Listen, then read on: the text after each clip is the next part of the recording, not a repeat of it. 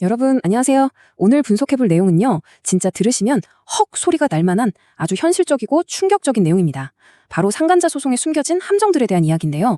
이혼은 안 하고 가정을 지키기로 결정한 상태에서 상간자에게 소송을 걸어 이겼는데 역설적으로 내 돈만 엄청나게 날리게 되는 아주 기막힌 상황이 실제로 존재합니다. 그럼 바로 첫 번째 내용, 상간자 소송에 대체 어떤 숨겨진 함정이 있다는 건지 들어가 볼까요? 여기 결정적인 질문이 하나 있습니다. 상관자 소송에서 당당하게 승소하고도 오히려 내 돈을 잃을 수 있다? 에이, 말도 안 돼! 라고 생각하실 수 있는데요. 진짜 안타깝게도 정답은 네, 그렇습니다요. 아무런 방어 전략 없이 감정만 앞세워 덤비면요, 승소 판결문을 손에 쥐고도 내 주머니에서 돈이 줄줄 새어나가는 그런 황당하고 참당한 일이 벌어지거든요. 그래서 나타나는 첫 번째 위협, 바로 두 번째 파트에서 다룰 맞소송이라는 아주 최악의 시나리오입니다. 이 맞소송이 대체 뭐냐면요, 상간자인 피고 쪽도 유부남이나 유부녀인 경우가 있단 말이죠. 근데 피고의 배우자가 이 외도 사실을 딱 알아채고 법적으로 확 반격을 해오는 겁니다. 그러니까 저쪽 배우자가 새로운 원고가 되고 내 배우자가 새로운 피고가 돼서 똑같이 우리 쪽으로 상간자 소송을 걸어버리는 거예요. 일이 진짜 골치 아파지는 거죠. 여기서 정말 중요한 포인트가 하나 나옵니다. 특별한 사정이 없는 한 이렇게 맞소송이 진행되면 법원은 양쪽 모두에게 똑같은 금액의 위자료를 인정하는 경우가 많다는 거예요. 쉽게 말해서 내가 받을 돈하고 내 배우자가 저쪽 배우자한테 물어줘야 할 돈이 똑같다는 뜻이죠. 결국 이 두 금액이 서로를 완벽하게 상쇄시켜버립니다. 자, 그럼 결과가 어떻게 될까요? 서로 똑같은 돈을 주고받는 게 아무런 의미가 없잖아요. 그래서 그냥 서로 위자료 받지 말고 소송 취하하자, 이렇게 허무하게 끝나는 경우가 대부분입니다. 아니, 설령 취하를 안 하더라도 돈이 오가는 결과는 똑같아요. 내 손에 들어오는 경제적 이득은 0원인데 원고인 내가 쓴 변호사 비용은 이미 나갔잖아요. 그 귀한 돈만 고스란히 허공에 날리게 되는 겁니다. 가정을 유지하기로 한 원고 입장에서는 진짜 남는 게 하나도 없는 최악 중에 최악인 상황인 거죠. 이어서 세 번째 파트입니다. 다 이긴 줄 알았는데 등 뒤에서 칼이 날아오는 두 번째 함정, 바로 구상금 문제에 대해 살펴보겠습니다. 자, 이 구상금 소송이라는 게 뭔지 짚어보죠. 상관자인 피고가 소송에서 져서 나한테 위자료를 지급합니다. 오, 여기까지는 완벽해 보이죠? 속이 다 시원합니다. 근데 이 피고가 내 배우자한테 야, 우리 같이 잘못했으니까 내가 절반 내놔, 이러면서 구상금 소송을 거는 거예요. 법적으로 특별한 예외가 아니면 자기가 낸 위자료의 50%를 내 배우자한테서 합법적으로 다시 받아갈 수 있거든요. 내가 받은 돈이 뺑 돌아서 다시 저쪽 주머니로 들어가는 진짜 속 터지는 법적 논리입니다. 이해하기 쉽게 숫자로 직접 계산을 한번 해볼게요. 만약 총 위자료로 1,500만 원을 받았다고 가정해보죠.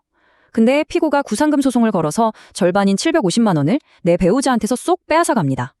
그럼 우리 집에 남은 돈은 750만 원이잖아요. 그런데 여기서 내가 소송하면서 쓴 변호사 비용 빼고 성공보수까지 다 떼어주고 나면요, 세상에 내 손에 남는 돈이 아예 없거나 진짜 쥐꼬리만 해집니다. 수학적으로 승소의 의미가 완전히 사라져버리는 기막힌 상황인 거죠. 그럼 그냥 눈 뜨고 당해야 하느냐? 아니죠. 네 번째 파트에서는 이 끔찍한 구상금 소송 위협을 원천 차단하는 구체적인 전략을 알아보겠습니다. 여기서 제가 여러분께 가장 강력하게 정말 목소리 높여 경고하고 싶은 게 하나 있습니다.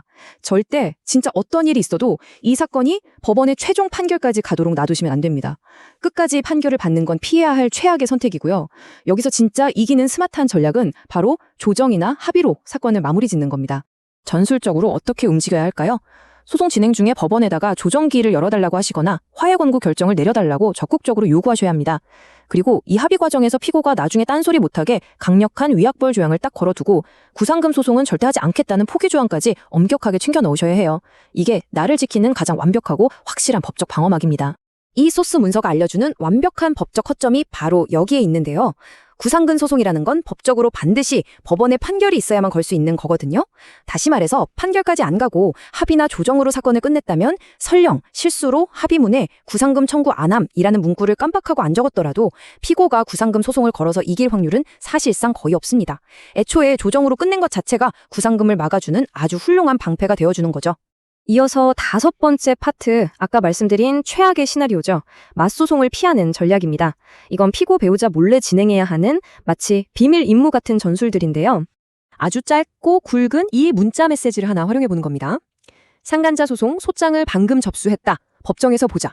이 문장을 대놓고 피고한테 실적 던지는 거예요. 생각해보세요.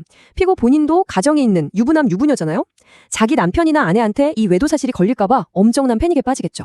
어떻게든 자기 가정을 지키려고 발등에 불이 떨어질 겁니다. 전체적인 전술의 흐름은 딱 이렇습니다. 먼저 경고 문자를 날립니다. 그럼 피고는 집으로 법원 소장이 날아오면 자기 배우자가 볼 게 뻔하니까 그 우편물이 집에 도착하기도 전에 자기가 중간에서 쏙 가로채려고 엄청난 노력을 기울이게 될 겁니다. 그렇게 몰래 소장을 손에 넣은 피고는요, 배우자한테 절대 안 들키려고 입 꾹 다물고 조용히 혼자 변호사를 선임해서 사건을 덮으려 하겠죠.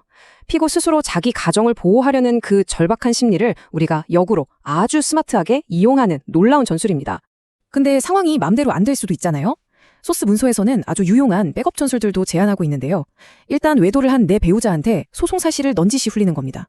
그럼 내 배우자가 깜짝 놀라서 상간자한테 다급하게 연락을 할 거고 결국 피고가 소장을 미리 가로채게 유도할 수 있겠죠. 만약 이것도 좀 어렵다 싶으면 아예 소장을 피고의 집이 아니라 회사나 사업장으로 바로 써버리는 방법도 있습니다. 가장 중요한 핵심은 단 하나예요. 철저하게 피고의 배우자만 모르게 만든다 이겁니다. 자, 이제 마지막 6번째 파트입니다.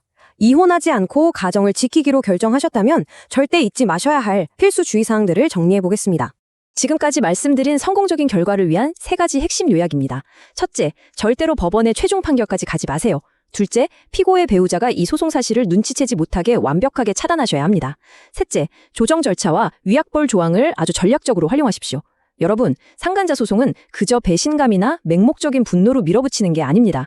이렇게 치밀한 전략과 차가운 신중함이 동반되어야만 내 귀한 돈을 날리지 않고 진짜 승리를 거둘 수 있다는 점 꼭 기억하셨으면 좋겠습니다. 상담을 원하는 분들은 댓글창 제일 상단에 고정 댓글을 확인해 주세요.